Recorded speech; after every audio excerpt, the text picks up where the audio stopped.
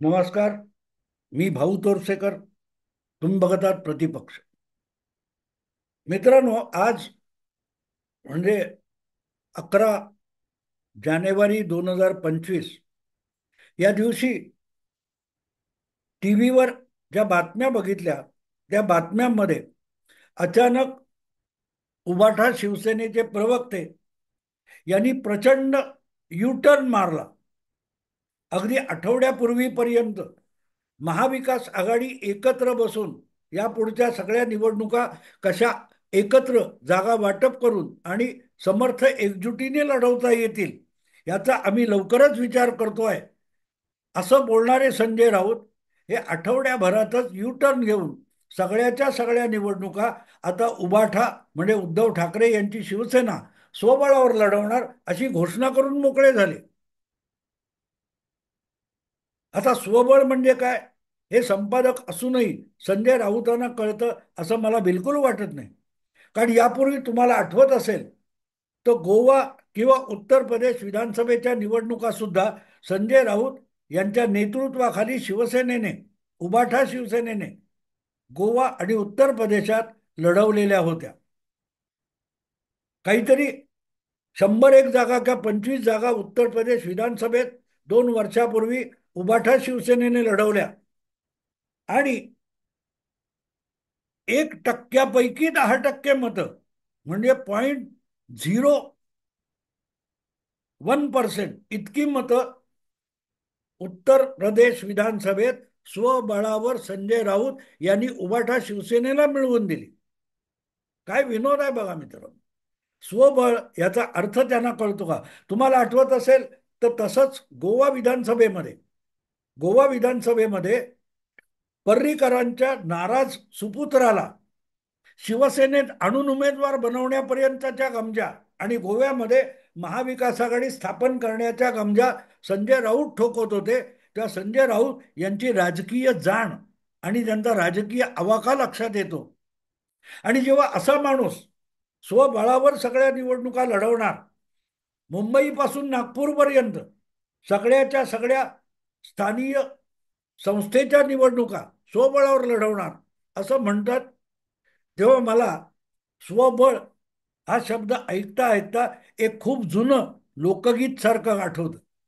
मला वाटतं राष्ट्र सेवा दलाचं कलापथक होतं. वसंत बापट यांच्या नेतृत्वाखाली, लीलाधर हेगडे शाहीर यांच्या नेतृत्वाखाली चालणारं एक राष्ट्र सेवा दलाच्या कलापथक होतं आणि त्यांचं एक धनगरी जीवनावरचं गाणं होतं, धनगर राजा वसाड गावाचा. तर त्यामध्ये ज्या ओळी आल्या आहेत त्यामध्ये संबळ नावाच्या एका चर्मवाद्याचा उल्लेख आलाय. संबळ, संबळ म्हणजे ते असं दोन हे असतात आणि ते वाजवतात, त्याला संबळ म्हणतात. तर संजय राऊत यांनी उबाठा शिवसेना स्वबळावर लढणार याची घोषणा केली तेव्हा तो स्वबळ हा शब्द मला संबळ सारखा ऐकू लागला आणि वाटू लागला. आणि बघता बघता मला या सगळ्या काव्याच्या पंक्ती आठवल्या. आंधळा गोंधळी संबळ वाजवी, लंगड्या मुरल्या नाचल्या साथ, असं ते काव्यपंक्ती आहेत त्या. तर तो गोंधळी वाजवतो जो असं डुगडुगु डुगडुगु डुगू करत, त्याला संबळ म्हणतात. आणि ते त्या आंधळा गोंधळी संबळ वाजवी, संजय राऊत यांचं हे सगळं वक्तव्य ऐकल्यानंतर मला ते एक प्रकारे विडंबनासारखं असलेलं वसंत बापटांचं गीत आठवलं, आंधळा गोंधळी संबळ वाजवी. संजय राऊत यांना आज आपल्या पक्षासमोर किंवा आपण ज्या महाविकास आघाडीत गेली 5 वर्ष आहोत त्यांच्यासमोर जी राजकीय परिस्थिती आहे, जे वास्तविकता आहे, त्याचं भान तरी उरलंय का असा प्रश्न मला पडला. स्वबळावर 2014 मध्ये सुद्धा अखंड शिवसेना लढलेली होती. तेव्हा शिवसेना दुभंगलेली नव्हती. एकनाथ शिंदे वगैरे सगळे शिवसेनेतच होते आणि बाळासाहेबांनी जी शिवसेना बनवली ती अखंड शिवसेना 2014 मध्ये स्वबळावर लढली होती. आणि ती ताकद किती होती हे मी यापूर्वी अनेकदा सांगितलेलं आहे. पण आपली ताकद किती आहे, आपलं स्वबळ किती आहे याची आपल्याला जाणीव असावी लागते. उद्धव ठाकरेंना आपली क्षमता आणि शिवसेनेची खरी ताकद कधीही कळली नाही. कारण ज्यांना राजकारण कळत नाही आणि ज्यांना शिवसेना कळली नाही, अशा लोकांना घेऊनच उद्धव ठाकरे शिवसेना चालवत असतात. आणि म्हणून 2014 मध्ये भाजपने जे उपकार केले होते उद्धव ठाकरे यांच्यावर, ते उद्धव ठाकरेंना कळलेच नाहीत. उद्धव ठाकरेंना स्वबळावर निवडणूक शिवसेनेने लढवावी अशी सक्ती भाजपने केली होती. 1988 पासून जी युती झाली होती ती 2014 मध्ये तोडली गेली, भाजपने तोडली. पण ती युती झाली त्या काळामध्ये शिवसेनेला महाराष्ट्राच्या कानाकोपऱ्यात आपला जो विस्तार झालाय याची कल्पना सुद्धा नव्हती. आणि म्हणून मोठ्या चतुराईने शिवसेनेची युती करून, हातमिळवणी करून, मुंडे आणि महाजन या भाजपच्या तत्कालीन दोन नेत्यांनी चतुराईने शिवसेनेच्या हिंदुत्वाचा प्रभाव असलेल्या काही मतदारसंघामध्ये आपल्यासाठी उमेदवार ठरवून घेतले. आणि जिथे हिंदुत्वाची ताकद नव्हती असे मतदारसंघ शिवसेनेच्या गडी मारले होते. आणि त्यामुळे मुंबई ठाण्यातून पुढे महाराष्ट्रभर पसरलेल्या शिवसेनेला आपली राज्यात खरीखुरी ताकद किती आहे याचा थांग पत्ता कधीही लागला नाही 2014 पर्यंत. कारण 2014 म्हणजे विचार करा, 1990, 1995, 1999, 2004, 2009, 5 विधानसभा निवडणुका आणि जवळजवळ 6-7 लोकसभा निवडणुका शिवसेना ही भाजप बरोबर युतीत लढली. आणि त्यामुळे कुठल्या मतदारसंघात शिवसेनेची व्यक्तिगत ताकद आहे याचा अंदाज शिवसेनेला कधीही नव्हता. कधीही नव्हता 2009 पर्यंत. कारण ते युती म्हणूनच लढत होते. आणि तुम्ही युती म्हणून लढता तेव्हा मित्र पक्षाच्या मतदारसंघामध्ये तुमची मतं किती आहेत याचा तुम्हाला अंदाज नसतो. पण भाजप हा युती होण्यापूर्वी सुद्धा महाराष्ट्रातल्या जवळजवळ 100, 70, 80 जागा लढवत होता. त्यामुळे आपलं प्राबल्य कुठे आहे हे भाजपला पक्क माहिती होतं. पण शिवसेनेला मुंबई ठाण्या पलीकडचं आपलं प्रभुत्व माहिती नव्हतं. आणि अशा पार्श्वभूमीवर 2014 मध्ये युती मोडली आणि उद्धव ठाकरेंना जवळजवळ 250 जागा ऐनवेळी लढवाव्या लागल्या. त्यामध्ये 63 आमदार उद्धव ठाकरेंचे शिवसेनेचे निवडून आले आणि जवळजवळ 36 जागी अत्यंत किरकोळ मताने शिवसेनेचा पराभव झाला. या 100 जागा शिवसेनेचं प्राबल्य होतं. त्याला स्वबळ म्हणतात. स्वबळावर शिवसेना लढू शकते, जिंकू शकते अशा जवळजवळ 100 जागा होत्या. याचा शोध 2014 मध्ये लागला. कारण शिवसेना पहिल्यांदा स्वबळावर महाराष्ट्राच्या सगळ्या विधानसभा जागा लढली होती. पण ते स्वबळ उद्धव ठाकरेंना ओळखता आलं नाही. त्यांच्या संजय राऊत वगैरे इत्यादी जे सल्लागार आहेत, चाणक्य आहेत, त्यांना ओळखता आलं नाही. कारण ते आमदार मोजत बसले. पण आपल्याला कुठल्या कुठल्या मतदारसंघात आपलं बळ किती आहे, उमेदवार जिंकला पराभूत झाला पण आपले मतं किती आहेत यावर त्या पक्षाचं त्या मतदारसंघातलं बळ कळतं. त्याचा विचार करायलाही 10 वर्ष लागलीत. आज आज जेव्हा संजय राऊत म्हणतात की स्वबळावर लढायचं, तर स्वबळावर तुम्हाला 2019 लोकसभा आणि विधानसभा सुद्धा लढवता आली. अरविंद सावंत म्हणाले की लोकसभा आणि विधानसभा सुद्धा स्वबळावर लढलो तर चाललं असतं. हेच 5 वर्षापूर्वी सुद्धा शक्य होतं. कारण 2019 मध्ये बहुमत टिकवता येईल की नाही या चिंतेमध्ये भाजप, अमित शहा, मोदी सुद्धा होते. आणि म्हणूनच अमित शहा मातोश्रीपर्यंत आले होते. तेव्हा देखील उद्धव ठाकरे धमकावू शकत होते, आम्हाला युतीची गरज नाहीये. लोकसभा असो किंवा विधानसभा असो, शिवसेना हाच महाराष्ट्रामध्ये मोठा पक्ष असेल, मोठा भाऊ असेल, ही अट उद्धव ठाकरे घालू शकत होते.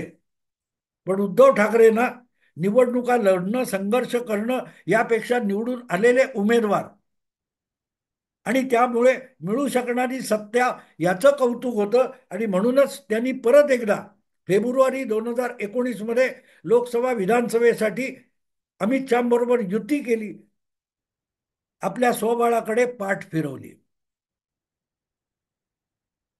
आज जे काय स्वबळाची भाषा बोलतायत आणि एकदा काय ते होऊन जाऊन दे वगैरे संजय राऊत बोलतात, ते सगळं 10 वर्षा आपलं 5 वर्षापूर्वी शक्य होतं. कारण 2014 शिवसेना स्वबळावर विधानसभा लढली होती आणि कमीत कमी 100 जागी शिवसेनेचे आमदार निवडून येऊ शकतात याचा दाखला मतदाराने उद्धव ठाकरेंना दिला होता. पण उद्धव ठाकरेंना तो वाचता आला नाही किंवा त्यांच्या सहकाऱ्यांना तो समजला सुद्धा नाही. तुम्ही स्वबळाकडे पाठ फिरवली आणि म्हणून अमित शहाकडे मुख्यमंत्रीपदाची भीक मागण्याची वेळ आली आणि त्यांनी भीक घातली नाही म्हणून युती तोडण्याची वेळ आली. 25 वर्ष युती मध्ये शिवसेना सडली असं म्हणणारे उद्धव ठाकरे अवघ्या 5 वर्षात म्हणायला लागलेत किंवा संजय राऊत म्हणायला लागलेत की 5 वर्षात महाविकास आघाडीमध्ये शिवसेना सडली, उभाटा शिवसेना सडली, म्हणून आता स्वबळ. मुद्दा असा असतो की सडलेल्या आणि किडलेल्याकडे स्वबळ उरलेलं असतं का याचं पहिलं आत्मचिंतन केलं पाहिजे. आपल्या अंतरंगात झाकून बघितलं पाहिजे की आपण स्वबळावर लढू शकतो का. उद्धव ठाकरे किंवा संजय राऊत यांना आज जे काही सुचत आहे, स्वबळाचे झटके येत आहेत, ते बघितल्यानंतर यांना स्वबळ म्हणजे काय कळतं का असा प्रश्न पडतो. आणि म्हणून मला तो विषय आठवला, आंधळ गोंधळी संबळ वाजवी. त्या गोंधळ्याला आंधळा येतो आणि त्यामुळे जी संबळ वाजवतोय ती दिसत पण नाहीये आणि तो तो वाजवतोय. आणि लंगड्या मुरल्या नाचल्या सात. मुरल्या म्हणजे मुरळी, ती वाघ्या मुरळी जी असते ती नर्तिका असते, तिला मुरळी म्हणतात. आणि ती नाचते म्हणजे विडंबन आहे ते. लंगड्या मुरल्या नाचल्या सात. सात नर्तिका होत्या पण त्या लंगड्या होत्या आणि त्या नाचतायत. स्वबळावर लढण्याची जी काही गर्जना संजय राऊत यांनी केली आहे आणि अरविंद सावंत यांनी ज्या प्रकारे त्याला काय म्हणतात तो पुनरुच्चार केलाय, अनुमोदन दिलेलं आहे, ते बघितल्यानंतर मला हे गाणं मुद्दाम आठवलं की ज्यांना स्वबळ म्हणजे काय कळलेलंच नाही ते स्वबळावर लढण्याच्या गर्जना आणि वल्गना करतायत. आणि हे कधी करतायत, कधी करतायत ज्या वेळेला तुमचे थकलेले, कंटाळलेले आणि निराश नाराज असलेले तुमचे सहकारी, सवंगडी, पदाधिकारी महाविकास आघाडी मोडा म्हणून सांगतात. मुद्दा असा आहे की जे पदाधिकारी आज तुम्हाला सांगतायत की महाविकास आघाडीने आपलं नुकसान केलं, महाविकास आघाडी बनवल्यामुळे आणि त्यात राहिल्यामुळे आपलं नुकसान झालं. मग 2.5 वर्षापूर्वी एकनाथ शिंदे गुवाहाटीहून काय वेगळं सांगत होते. एकनाथ शिंदे सुद्धा स्वबळावर लढा म्हणूनच सांगत होते. एकनाथ शिंदेनी काहीही वेगळं सांगितलं नव्हतं. जे आज संजय राऊत बोलतायत तेच 2.5 वर्षापूर्वी एकनाथ शिंदेनी सांगितलं होतं. त्यांना गद्दार म्हणायचं, त्यांना खोके म्हणायचं. काय गंमत आहे बघा.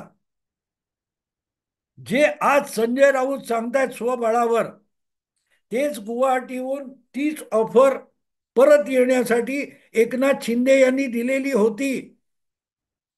उद्धव ठाकरेंनी महाविकास आघाडीतून बाहेर पडायचं ठरवावं, काँग्रेस राष्ट्रवादीची साथ सोडण्याची घोषणा करावी, आम्ही परत येतो, आम्हाला कुठलंही पद काहीही नकोय. हे एकनाथ शिंदेचा व्हिडिओ आज सुद्धा तुम्हाला मिळेल, जो गुवाहाटीत असताना 40-42 आमदार सोबत असताना एकनाथ शिंदेनी उद्धव ठाकरेंना जाहीररित्या काय सांगितलं होतं. काँग्रेसची साथ सोडा, राष्ट्रवादी काँग्रेसची साथ सोडा, महाविकास आघाडीतून बाहेर पडा, आम्हाला अधिक काही नकोय, आम्हाला काँग्रेस आणि राष्ट्रवादी बरोबर राहायचं नाही. पण एकनाथ शिंदे यांनी केलेल्या मागणीचा अर्थ काय होता. मुख्यमंत्रीपद सोडा. काँग्रेस आणि राष्ट्रवादी यांच्या कोबड्या घेऊन जे मुख्यमंत्रीपद तुम्ही उपभोगताय ते स्वबळाचं लक्षण नाहीये. त्या कुबड्या आहेत. आणि हे दोन पक्ष शिवसेनेला नागवत आहेत, हसवत आहेत. तेव्हा त्या दोन कुबड्या फेकून द्या. स्वपायावर स्वबळावर आपण उभं राहू, आपल्या पायावर उभं राहू. हेच तर एकनाथ शिंदे जून 2022 मध्ये बोलत होते. ते संजय राऊतांना कळायला किंवा उद्धव ठाकरेंना समजायला 2.5 वर्ष लागली. आज अचानक त्यांना स्वबळावर सगळं आजमावायचं. एकनाथ शिंदेनी असं कुठेही म्हटलं नव्हतं की आघाडी मोडा आणि भाजप सोबत या, असंही म्हटलं नव्हतं. एकनाथ शिंदे यांची मागणी साधी सरळ होती, आपण आपल्या पायावर उभं राहू, एवढंच होतं. संजय राऊत आज जे सांगतायत तेच एकनाथ शिंदे सांगत होते. मग तेव्हा अडलं कुठे होतं? अडलं कुठे होतं? अडलं तिथे होतं की नुसती शिवसेना आघाडीतून बाहेर पडणार नव्हती, तर त्यासाठी उद्धव ठाकरेंना मुख्यमंत्रीपद सोडावं लागलं असतं. आणि मुख्यमंत्री पदाच्या हव्यासापायी तर उद्धव ठाकरेंनी हा सगळा अव्यापारेषु व्यापार केलेला होता. शिवसेनेची विचारधारा, वडिलांची परंपरा, भूमिका, आजवरची आंदोलनं, लढे, या सगळ्याची पुण्याई आपल्याला मुख्यमंत्री पदावर आरूढ व्हायचंय म्हणून उद्धव ठाकरे यांनी पणाला लावलेली होती. आज जे उद्धव ठाकरे ब्लॅकमेलिंग करू नका म्हणतात, त्यांनी आपलं मुख्यमंत्रीपद टिकवण्यासाठी संपूर्ण शिवसेना आणि शिवसैनिकांना ओलीस ठेवलेलं नव्हतं का? ब्लॅकमेलिंग केलेलं नव्हतं का? त्या देगलूर बिलोलीचा 3 वेळचा शिवसेना आमदार सुभाष साबणे किंवा कोल्हापूर उत्तरचा 2-3 वेळचा आमदार राजेश क्षीरसागर यांना पोटनिवडणुका लढायच्या होत्या. पण त्याला मनाई करताना उद्धव ठाकरेंनी काय बोललं होतं? आपल्याला मुख्यमंत्रीपद टिकवायचंय. याचा अर्थ पक्ष टिकला नाही चालेल. पक्षाचं स्वबळ, शिवसेनेची स्वतःची ताकद, मतं लयाला गेली चालतील, पण मला मुख्यमंत्रीपदी टिकवा म्हणजेच शिवसेना आहे. आज राजेश क्षीरसागर परत एकदा कोल्हापूर उत्तर मधून एकनाथ शिंदे गटाचे शिवसेना आमदार म्हणून निवडून आले. ती जागा उद्धव ठाकरेंनी नुसती काँग्रेससाठी सोडली नाही, तर शिवसेनेच्या मतदारांनी काँग्रेसला मतदान करावं असं ऑनलाईन आवाहन उद्धव ठाकरेंनी केलं होतं. तेव्हा उद्धव ठाकरेंना राजेश क्षीरसागर आणि कोल्हापूर उत्तर मतदारसंघातला मतदार म्हणजे आपलं स्वबळ आहे हे माहिती नव्हतं का? संजय राऊतना माहिती नव्हतं का? सुभाष साबणे देगलूर बिलोलीचा माजी आमदार, त्याला पडणारी मतं हे आपलं स्वबळ आहे हे उद्धव ठाकरेंना कधीच कळलं नाही का? आज स्वबळावर बोलणारे जे आहेत ते विसरले की एकनाथ शिंदे निवडून येतात ते उद्धव ठाकरे शिवसेनेचं नेतृत्व यांचं स्वबळ असतं. जेव्हा एकनाथ शिंदे, राजेश क्षीरसागर, सुभाष साबळे यासारखी माणसं तुम्हाला सोडून जातात, गुलाबराव पाटील असतील, कोण संजय गायकवाड असतील, हे सगळे तुम्हाला सोडून जातात, तेव्हा तुमचं बळ, स्वबळ निघून जात असतं. आणि हे सगळं स्वबळ मोठ्या प्रमाणावर निघून गेलं. म्हणून तर एकनाथ शिंदे युतीत असतानाही 56+1 57 आमदार आत्ताच्या विधानसभेत निवडून आणू शकले. उद्धव ठाकरे सोबत नसताना बाळासाहेबांचा चेहरा, बाळासाहेबांच्या पक्षाचं नाव आणि निवडणूक चिन्ह घेऊन एकनाथ शिंदे उद्धव ठाकरेंना झिडकारून सुद्धा 57 आमदार निवडून आणतात. त्याला स्वबळ म्हणतात. आणि काँग्रेस राष्ट्रवादी बरोबर जाऊन उद्धव ठाकरे कसे बसे 20 आमदार निवडून आणतात. याला स्वबळ म्हणत नाहीत, त्याला आंधळा गोंधळी संबळ वाजवी म्हणतात.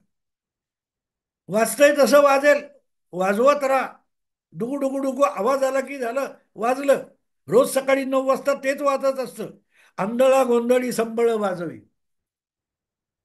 आणि मग जे कोणी दरबारी नेते आहेत, त्या एक प्रकारे उद्धव ठाकरे, आदित्य ठाकरे यांच्या इशाऱ्यावर नाचणाऱ्या लंगड्या नर्तिका आहेत. लंगड्या मुरल्या नाचल्यासारखं, लंगड्या मुरळ्या नाचल्यासारखं, हे म्हणून मला आठवतं.